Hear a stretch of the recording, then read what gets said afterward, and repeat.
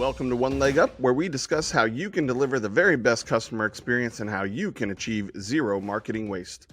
I'm Ed Davis, the Chief Operations Ninja here at One Leg, and I'm joined, as ever, by our intrepid mastermind, Victor Sun. Vic, how's it going? Good. Yeah, it's Friday. I'm not supposed to do that. I just said it. That's okay. No, leave it. It's good. It's good.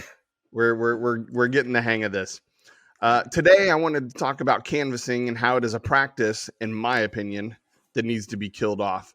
But first, Vic, you've got a lot of experience in this. Talk a little bit about how canvassing came about and how is it that companies use canvassing? In a nutshell, canvassing, started in a time before the internet, before mobile devices, before the whole world was connected through social media, and there were more videos and everything else has transpired in the last 30 40 years. Right. So in the home improvement space, it's been a practice to go and do a lot of face-to-face marketing in hopes of generating leads.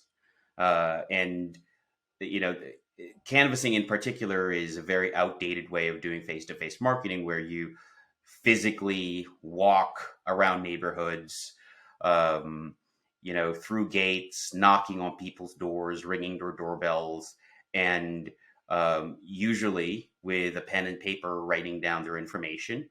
Right. And then calling that into your call center of some sort, or noting that somewhere, and then they'll start contacting you, trying to schedule an in-home appointment or a demo. Inherently nowadays, you could start to imagine how there's a flurry of issues, especially when you've got someone who's writing down your information, and of course with the pandemic and everything else. But that's typically how it started. I would say it's a marketing campaign, that originated from before the internet was available to the world, and social media and all of these other things that have come about in the last 30 to 40 years. Sure. And I think those issues that you started to touch on in terms of, random people walking a neighborhood, potentially taking down, addresses, names, phone numbers, things along those lines. To me, that's just the start of why canvassing nowadays is problematic. Set aside the fact that we are in this mode of trying to become more socially distant in our in our sort of business exchanges, if you will.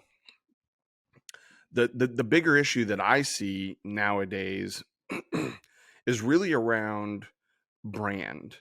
And I think a lot of companies fall into the trap that a brand is your logo, and that's not actually your brand.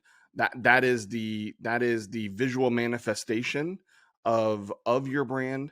But a brand is made up of a number of elements. It's partly your people, it's your culture, it's where you want to be as a business, and what direction you're going, your mission, your vision. It's also it also is sort of the sum of the values and the people who make up your company. And so the way that I like to liken it is, you have interactions with brands all the time, and your opinion of that brand is typically that last interaction that you had.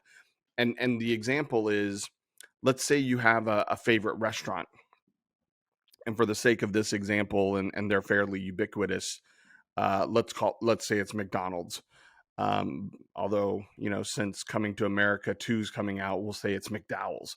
And if you go to McDowell's and you order the rib sandwich, and the person who's taking your order is short with you, they get the change wrong, and then when you get your sandwich, your meal, the drink is wrong, you feel like you don't have enough fries, and on top of that, it's packaged poorly and it doesn't taste very good. Even though you might be the biggest McDowell's fan on the face of the earth, you now have a bad view of that brand. and the creators of that brand had no control over any of those things. And that's sort of the analogy that I think about with canvassing. When you go out and you solicit, and let's face it, these people are typically temporary workers. They are not really trained as we would recognize it. And essentially what you say is, here's my business card, here's my flyer. I want you to go be the face of my company and go share my messaging to everybody in this neighborhood. And that's just a recipe for disaster. You don't know what they're going to say if somebody happens to be home and asks them questions. Somebody might not like you coming onto their property anymore, and they may take a bad view of your company. So there's all sorts of reasons why you shouldn't be doing it. And if we're going to talk about the reasons why you shouldn't be doing it, let's talk about what the replacement is for actual physical canvassing, because that's the point of this edition of the podcast. Social selling and your social media channels, Facebook, Twitter, YouTube, Instagram, LinkedIn, Neighbor, these are all becoming the de facto venues for you to canvas, not physically, but if you do it right, you can leverage these platforms um, as a better way of actually canvassing, excuse me, large swaths of a market. I agree. You mentioned, neighbors or next door. There's apps right now where neighbors and neighborhoods are highly active in. They've been able to go and reach out to their neighbors and to businesses around the area, and do it safely. From within their home, and actually, conduct business that way. From with the companies that they trust. There's really so much, issues with canvassing nowadays. I don't know if we have time to cover all of them, but I think the top two things that companies should start to consider is that they can reallocate their budgets towards activities that really do enrich their business and their customers. You mentioned something about low skilled workers being hired, and for the most part are part time or temporary.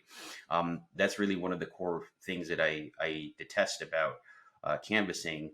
When I was younger, I did that. I did that for my own business in home Yeah, improvement, I did it. and yeah, and honestly, it wasn't fun, right? I mean, I could say that I was good at it, but it's certainly something, if I had a choice, I wouldn't do. Number one, companies don't pay a ton of money for this. A lot of them are minimum wage. They try to hook and bait them with commissions, bonuses, that really nice carrot at the end of that. But let's face it, less than 10% of those individuals succeed or even, make decent enough money that's a living wage.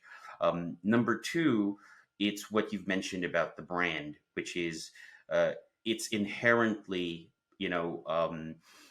known that these canvassers, they're just not going to be aligned with your brand, and for the most part they are unable to consistently represent your brand as well as your messaging, because number one, when you're going out there, depending on where you are, if you're in a like I'm in California, and so it gets really really hot during the summers. Just think about that. So you're sweaty, you might start Sure. stinking for body odor. That's just human nature, right? And things that happen to the body.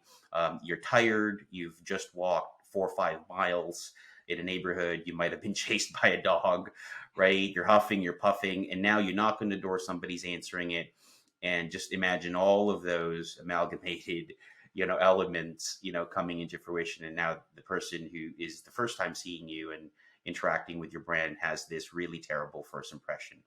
And a lot of companies don't realize that. Well, and just building off of that, right? How many people actually open their door anymore? I mean, you've got security concerns. You've got, like I said before, set aside the pandemic piece of it. Who actually wants to open the door and potentially open their home up to strangers? And a lot of us nowadays are even more sensitive to that, especially when you've got random people walking a neighborhood and kids are out playing and things along the world is a much different place than when there was the traveling salesperson, in the 40s and 50s, and when canvassing really started to take hold in the 60s and 70s and 80s. The world has drastically changed, and I think that this is really where, you know business owners, especially in the home improvement space, Vic, we see this all the time. They are slow to grasp the evolution of marketing and brand and advertising, and part of that is fear of change. um, but the other part of it is it's just habitual. We do it because our competitors do it. We do it because, quote unquote, historically, it's worked for us. Although I think you and I are pretty savvy enough to understand the success rate is pretty low, and I think it would be good for you to share, if somebody is canvassing, what should they honestly expect, right? For every 100 homes a canvasser is going to visit, how many sales do you think that they're going to make versus for every 100 people you actually engage with on social media, whether it's through a chat bot, whether you get them to come to your website, or through Facebook Messenger or something like that. How many of those 100 are you actually going to get an opportunity to legitimately sell to? The percentage is 1% or less success rate For canvassing, for for physical canvassing, canvassing. national Yeah, average. And again, I'm going to be very specific with regards to lead generation, appointment setting. If you do it based on sales, transactional ones where you're canvassing and you're sure. also demonstrating a product under $20, then that rate could go up. But with regards to canvassing, lead generation, home improvement, appointment setting, it's less than 1%. So it's one out of 100, if that. And you compare it to other campaigns where you could go on social media, engage them meaningfully, go through an app, create a creative campaign. You're talking about 200, 300%, above the 1%, right? So right off the gate, you're zero marketing waste. That's it's a lot of waste when you talk about canvassing, and it really has so much more of that impact that people don't the negative impact, not only to the person who's canvassing, but to the homeowners who have to, they're afraid, they're maybe they don't want people in their neighborhoods, and to the brand. So all around, it's a lose lose situation. Sure. And I think that even the companies who are successful at being able to do it, as we know, because they're habitually doing it, they can say, oh, it's worked for us in the past. The owners of the company might be making a ton of profit out of it, but what's happening is they're not calculating the turnover, they're not calculating Sure. for the negative impact on their brand. So when they do these very insane, very simple, called monkey math, and they say, oh, okay, we'll produce all these leads, and we sold a few of them, and I only spend this much on the labor, and I don't pay my canvassers enough money, and only maybe 1 out of 10 of them will get the bonus. Sure, in their minds, right, they feel that they've made money, when they're actually losing money because there's an opportunity cost to doing that. Yeah. No, and I just think that it's an outdated um tactic. It is one that really does need to change. I think that the other benefits, and we haven't quite got into them just yet as part of this podcast, and I think maybe it's worth a follow up. When you're out employing temporary workers to canvass a neighborhood, tell me how you're tracking that. Tell me how you are analyzing the demographics of that neighborhood. So you're not. You're shaking your head. You're not. You and I both know that you're not. Hence the benefit of social selling, right? You can get into, hey, you know what? I actually want to target the top 15% of income, zip codes with the highest income, right? I want to just target neighborhoods in this state. I want to just target people who have these characteristics, or things along those lines. you can get into you can increase your chances of success, right? And to your point, and we talk about this all the time, sometimes it's not purely about limiting the waste in terms of maximizing your profit, but it's also about limiting your waste in terms of minimizing your resource expenditure and making things more efficient. And social selling, in my opinion, in our opinion, that's what that does. And so, you know, to us, this gets us to sort of the final point of this podcast. Social media doesn't need to be the big bad boogeyman because we don't understand it. It sits in the cloud, and who knows what it is that people are going to like. Companies who have a coherent marketing and communication strategy can leverage social selling. It can absolutely supplant things like physical canvassing for a business, and therefore change the marketing expense ratio that you might be paying attention to. So we would encourage everybody to take a look at social selling. We absolutely would encourage everybody to give up physical canvassing, if not for the fact that it helps your brand. Think about the safety, security ramifications. You know, the funny thing to me, Vic, is, you know, we'll sit there and talk to some CEOs who are in home improvement or sort of related industries, and if you ask them, oh, when is the last time you purchased a service or a product that was left as a business card or a flyer on your door in your driveway, 100% we get never done it. And yet they've programmed themselves to think my business is different. They will absolutely buy their windows or their bath remodel or whatever from the little bag of rocks with a business card that was set on. Like, it's just not happening.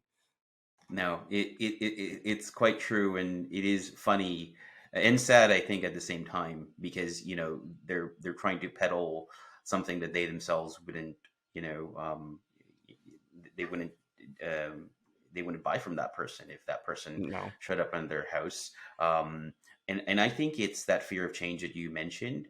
I also think that it's also incumbent, that we talk about how marketing agencies and digital marketing agencies and companies are also at fault, because they really don't provide clear, Yeah. enough guidelines on how to reallocate those that budget.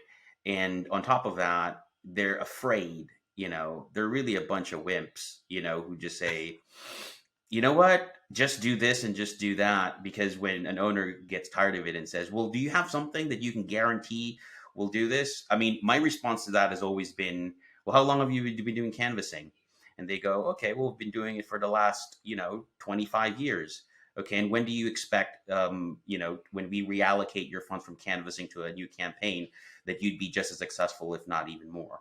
Well, can you do it in a month? And I said, my response is, again, very simple. Well, you're not serious about this then, because Yeah. you just said it took you 25 years to get to where you are, and you're expecting to just one day go and say, okay, I'll reallocate that next month. Can that be so much more successful? Social selling, social media, those sort of things, they do take time. They don't take 25 years. Okay. Usually months, especially if the company or the person who's doing it for you knows what the hell they're doing. And so I think one of the things that we could advocate is, like, more companies should guarantee their results. Mm. Right? I mean, if fear of change is not going to change just by giving people more information, you got to cater to really and listen to what they want. CEOs, owners, they want some guarantees. Well, look, if you guarantee that you're going to do it in 6 months and you're going to move that needle, and you don't, then just fire yourself and you should get out of that business. You know what I mean? Um, Well, speaking of guarantees, you've led us ably to our shameless plug.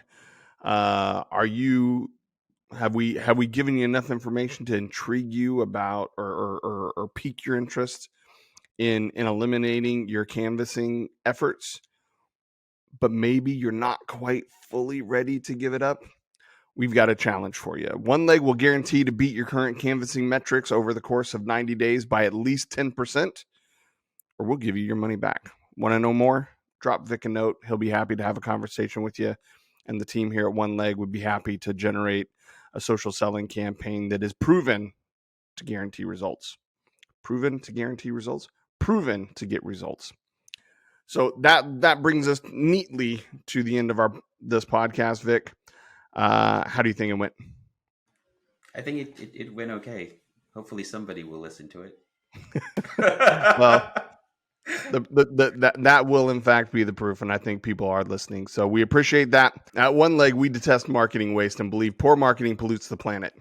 We also believe that business is full of tired, outdated, indistinct, unremarkable, and underperforming marketing that sucks. But what sucks even more is that many companies have forgotten the most important thing of all, the customer. We're on a mission on behalf of our clients' customers to change just that. To learn more, go to oneleg.co. Find us, follow us, rate us anywhere you find yourself socially selling or socially interacting. Thank you. Talk to you later.